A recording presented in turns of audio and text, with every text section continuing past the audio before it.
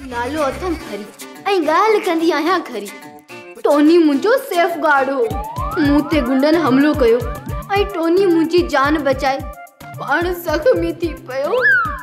गुल्लू आलू ऐं मिठल वरी असां ते केस करण विया आहिनि। बिल्कुलु ग़लति अमल आहे। सख़्तीअ सां मज़म्मत कजे थी। मां तव्हांजी इख़लाक़ी हिमायत जारी रखंदुसि छो त टोनीअ खे होश अची वियो। वो आहिस्ता आहिस्ता ठीक थींदो थो वञे। तव्हां फिकुर न कयो, शुक्र कयो जो टोनीअ खे नई हयाती मिली वई आहे। सेठ धनु असांखे पुलिस जे कार खां बचा। जेकॾहिं पुलिस मूंखे गिरफ़्तार करे वई त मुंहिंजी हीअ फरी रुली वेंदी डीज़ल ते।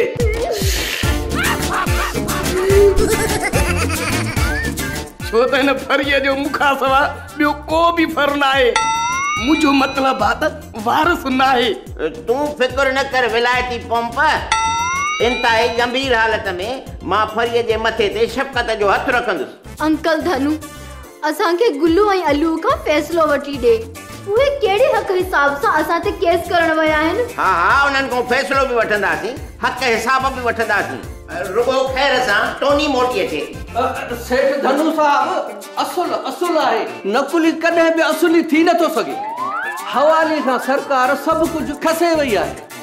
बस भंग घोटण वारो डंडो ऐं कूंडो वही बचो अथसि।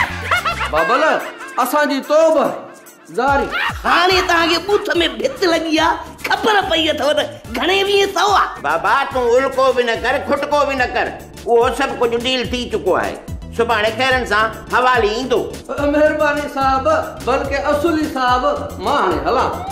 वञ न, महिमान आया आहिनि, हिननि जे लाइ चांहि टुकी ठाहे वठ। हा बाबा लज न कर, लॻी वञ पंहिंजे असुल धंधे सां डीज़ल ते। अवां बि था हिकदमि करोड़पति जो। हाणे कखपति जो बि मज़ो वठो त असां दूध पति जो मज़ो वठूं डीज़ल ते।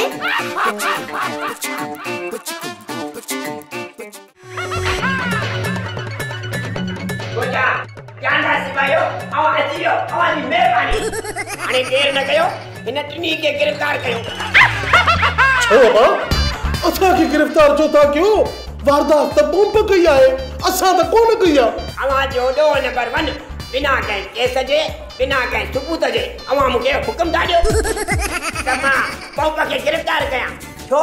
इन करे जो पंप ॾोही आहे। अरे हेॾे तूं चचाई न पोइ तूं कहिड़ी हैसियत सां मूंखे हुकुम थो ॾी त मां पंप खे गिरफ़्तार कयां? सिपाहियो हिननि खे तेसीं ताईं लाकअप कर जेसीं ताईं टोनीअ जा असली ॾोहारी हथ कोन था अचनि।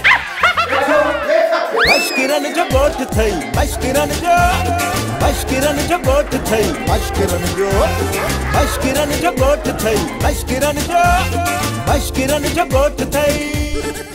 सोप सीरियल मश्करन जो गोठ सीज़न 2 जा तमाम एपिसोड्स ॾिसो हाणे HD क्वालिटीअ में। विज़िट करियो असांजो YouTube channel Sindh TV HD drama.